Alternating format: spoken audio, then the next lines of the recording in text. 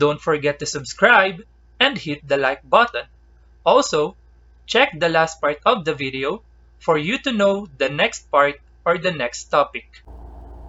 The next problem is the length of the billboard is 4 meters longer than its width, and its area is 96 meters squared. Find the length and the width of the billboard. We have here the illustration again just to show the length and then the width of the billboard. And then after that, we're going to represent the length and then the width of the billboard using variables. So we have here the statement, the length of the billboard is 4 meters longer than its width. So ibig sabihin, yung haba ng billboard or yung length ng billboard ay mas mahaba ng 4 meters kesa dun sa width. So we can let x as the width of the billboard. And then since mas mahaba ng 4 meters yung length, so we can just add 4. So we have x plus 4. Since ito yung width, yung x, so plus 4. So that will be the length. And also we can use the formula area of the rectangle. So ang area ng rectangle here is 96 meters squared. So let's write first the area. So this is another given. So the area is equal to 96 meters squared. And to form an equation, so we're going to use the formula for the area of rectangle. So the area of rectangle is area A is equal to length times width. And we can substitute the value. So A is 96 meters squared or simply 96. Ang width or length first, we have x plus 4. So for the length, and then ang width ay x. And then after that, so we can simplify x plus 4 times x. And then afterwards, we're going to make it standard form. So 96 is equal to x plus 4 times x. Simplify, so distribution method. So x times x, we have x squared. And then 4 times x is 4x. And then make it standard. Subtract 96 both sides. X squared plus 4x minus 96. Do it to the left, do it to the right. And then cancel, it will become 0. Then equal to x squared plus 4x minus 96. And then katulad na sinabi ko a while ago, so i-switch nyo lang siya. So it will become x squared. So itong part ilalagay natin sa left, yung 0 ilalagay natin sa right. So x squared plus 4x minus 96 equal to 0. So this will be our equation. This is the equation that we formed from the problem. We have x squared plus 4x minus 96. And we can solve this equation using factoring method. So ang sum niya ay 4. Pero pag pinag-multiply mo yung dalawang number, we have negative 96. So let's make a template. So ang ating variable ay x, and then we're going to input the two numbers here. So those two numbers, yung nga yung binabanggit ko na pag pinag-add mo ay 4, and at the same time, those two numbers pag pinag-multiply mo ay negative 96. The answer here is minus 8 or negative 8 and positive 12. So if we're going to check, so negative 8 plus 12, so that will be positive 4. And if you're going to multiply negative 8 and 12, so that will be negative 96. So therefore, ito yung ating tamang factor. Then after that, we're going to solve, equate to 0. X minus 8 equal to 0, and x plus 12 equal to 0. Then, yung technique nga, babalik ta rin lang. So, since we have x minus 8, therefore, the value of x is positive 8. So, babalik ta rin yun lang. So, here, since it's plus 12, so we're going to make it x is equal to negative 12. Again, same concern. We have two values of x, but we can only accept one. So, are we going to accept 8 or negative 12? So, we are going to accept positive 8. So, yun po ay, kung napapansin nyo, ang lagi natin nire-reject ay yung negative 12. Kasi here, in our problem, we are talking about the length and then the width. So, if we talk about measurements, we don't have a negative distance. So, that's why we're going to reject negative 12. So, this will be rejected. And we're going to accept positive 8. So if we will go back to our representations a while ago, so we let x as the width and then x plus 4 as the length. So we have already the value of x, which is 8. Therefore, the value of width is 8. So the width is equal to 8 meters. But we are also asking for the length. Ang length natin ay x plus 4. So we just have to substitute the value of x. Ang value ng x ay 8. So therefore we have 8 plus 4 is equal to 12 meters. Therefore the answer is 8 meters and 12 meters. Let's have another one. It takes Mary 6 days more to paint a house than Jane. If they work together, they can finish the same job in 4 days. How long will it take Mary to finish the job alone? So this kind of problem is called work problem. And I'm going to teach you a new concept regarding work problem. Kasi actually, maraming klase ng word problems. So we have age problem. So we have motion problem that we did a while ago. So we have here work problem and others. And they have different ways on representing the equation. So iba't ibang paraan kasi iba't ibang klase rin ng problem. So here in work problem, so it will be different from the motion problem and the other problems that we had a while ago.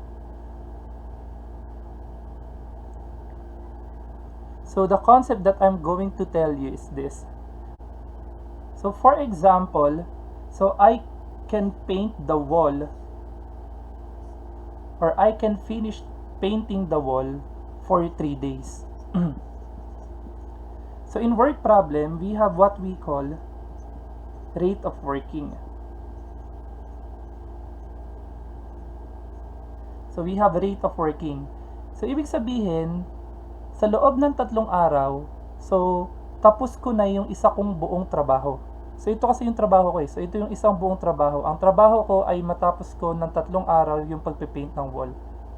So ibig sabihin, once the 3 days passed, I'm done with my one whole job. So yun po ibig sabihin nun. Ngayon, ang rate of working ko, kung 3 days ko siya matatapos, is 1/3. So yung 1/3, ibig sabihin, ito yung job na natapos ko. Okay? Ito yung job na natapos ko per day. So 1/3 job per day. So kung i-shade natin dyan, so for example, so hatiin natin sa 3. So kada araw, natatapos ko yung 1/3. So ito yung 1/3. So this is already 1/3. So this is 1 day or day 1. Ngayon, another 1. So another 1/3. So this will be day 2. And then another 1/3. So this will be day 3. And by day 3, tapos ko na i-paint yung wall. So, ibig sabihin, ang rate ng working ko is 1/3. So, kaya kong matapos yung 1/3 ng job ko per day. So, that is the rate of working. Ngayon, yun yung concept ng rate of working. Para mas madali nyong makuha yung rate of working, so, laging ang nasa ibabaw niyan ay 1. Okay? The numerator is always 1. And then, ang magiging denominator nyo is depending on how much or how many days or how many hours that you can finish a certain job. So, another one, for example, you can solve a certain problem in 5 minutes. So, ibig sabihin, ang rate of working mo is 1/5. So, ibig sabihin, sa pagsasolve ng problem, so per minute, since we use minutes, so, ang natatapos mong trabaho, or ang natatapos mong isolve ay 1/5 nung isang buong solving per minute. So, ito yung rate of working mo. So, that is the concept of work problem. So, now you know how to deal with the rate of working, so you can solve already this kind of problem. So, that is what we're going to do next. Now, let's represent the rate of working of Mary, Jane, and when they work together. So, let's have first the first statement. Ang banggit dito is, it takes Mary 6 days more to paint a house than Jane. So, mas mabagal si Mary. Ibig sabihin nito, mas mabagal si Mary ng 6 na araw kesa kay Jane in terms of painting a house.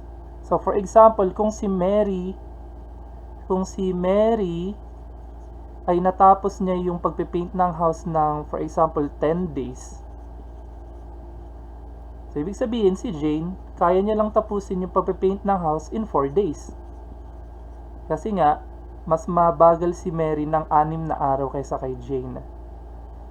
So, yun pong ibig sabihin nun. So, if we're going to represent the rate of working of Jane, so let's have T as time. So, ito yung gagamitin nating variable. Kasi nga days, so we are talking about time. So, ang rate ng working ni Jane, so let 1/T as Jane's rate of working.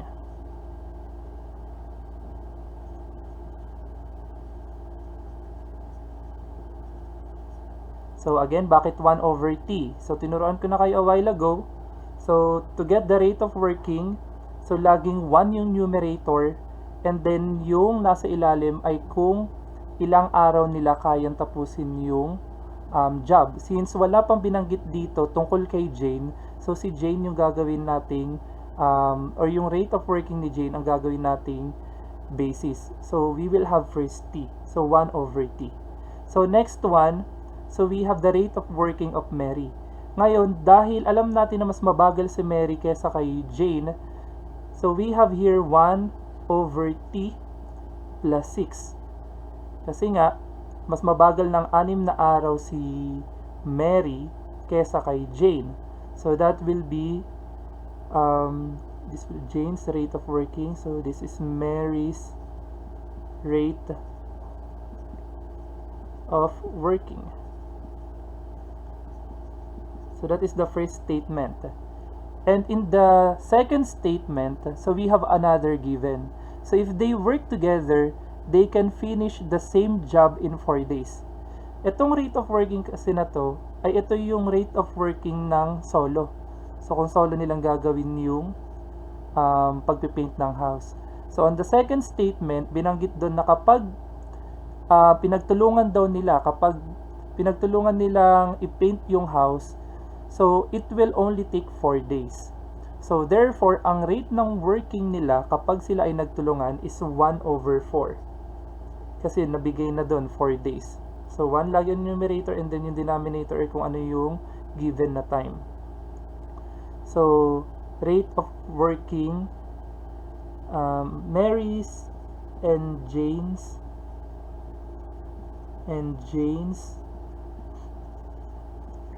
rate of working.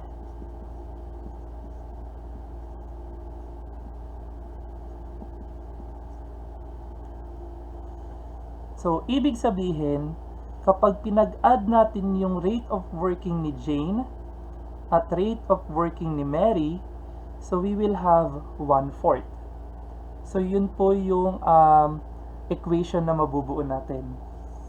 Kasi nga, pag nag-work sila together, so that will be 1/4. So, we're just going to add the rate of 2, and then that will be equal to 1/4. So, the equation that we have is 1 over t plus 1 over t plus 6 is equal to 1/4. So again, so we have 1 over t, so Jane's rate of working, and then plus Mary's rate of working, which is 1 over t plus 6 is equal to 1/4. So when they work together, so this is the rate of rating that they have. And then from here, we're going to transform this into quadratic equation. To transform a rational equation into a quadratic equation, so we have to look for the LCD. So the LCD here is t times t plus 6 times 4.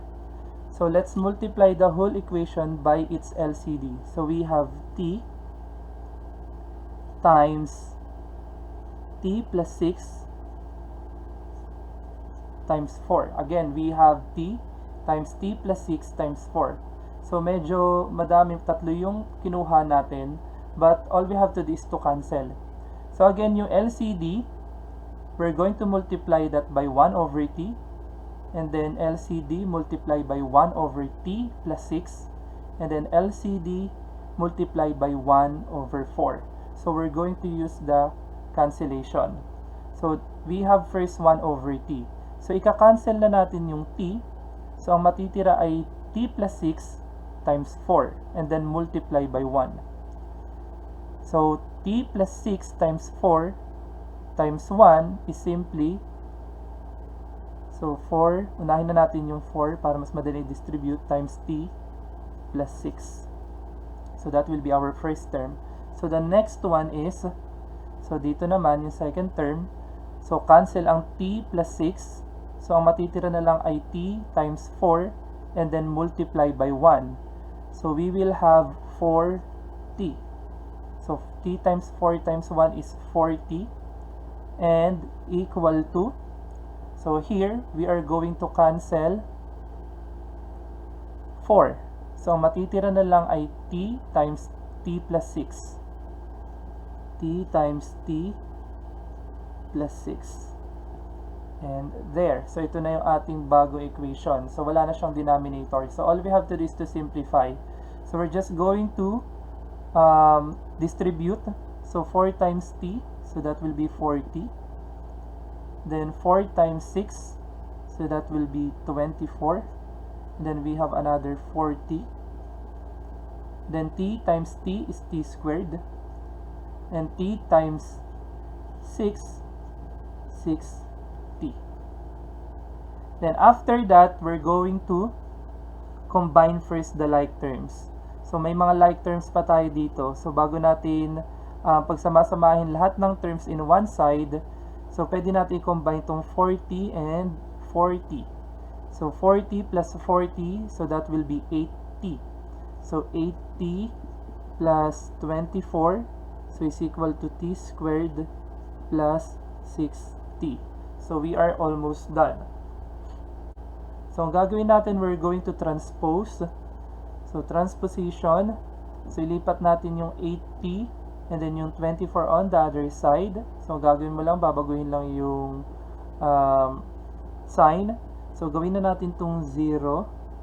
Then ilipat na natin yung iba. So we have t squared plus 6t. So ilipat yung 8t sa kabila. So magiging minus 8t. Lipat yung 24 sa kabila, so we will have minus 24. Since they are both positive here, so pag nilipat yan, magiging negative. And then we still have another like terms. So pagsamahin ulit yan, we have 0, t squared minus 2t minus 24.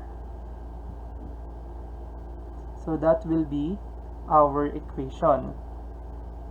So pagbaliktarin nyo lang, since nandito yung 0, ilagay lang sa right side, and then yung itong t squared minus 2t minus 24, ilagay lang sa left side.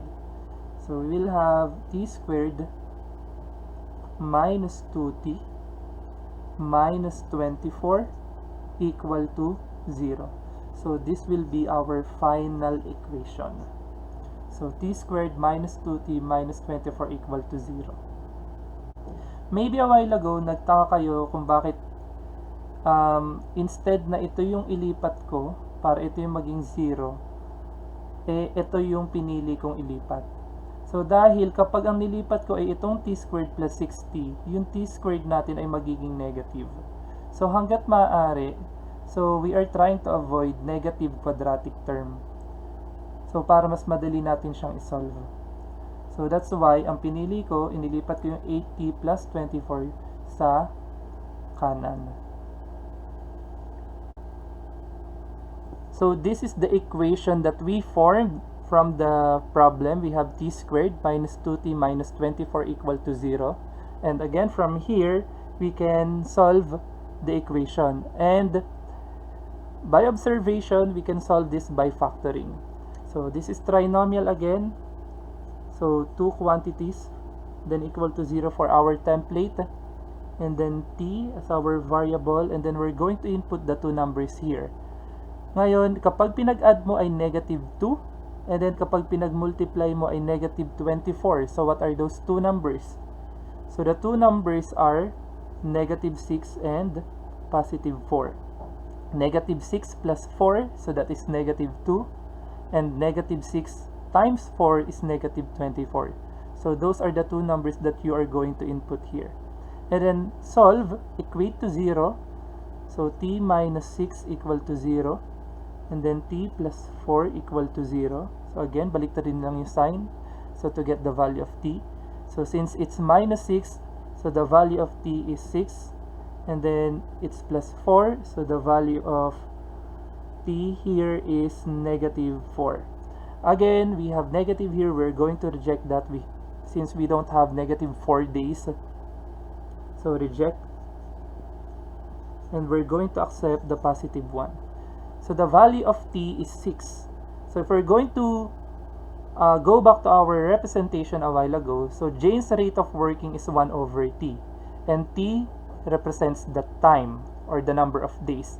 So therefore, we can conclude that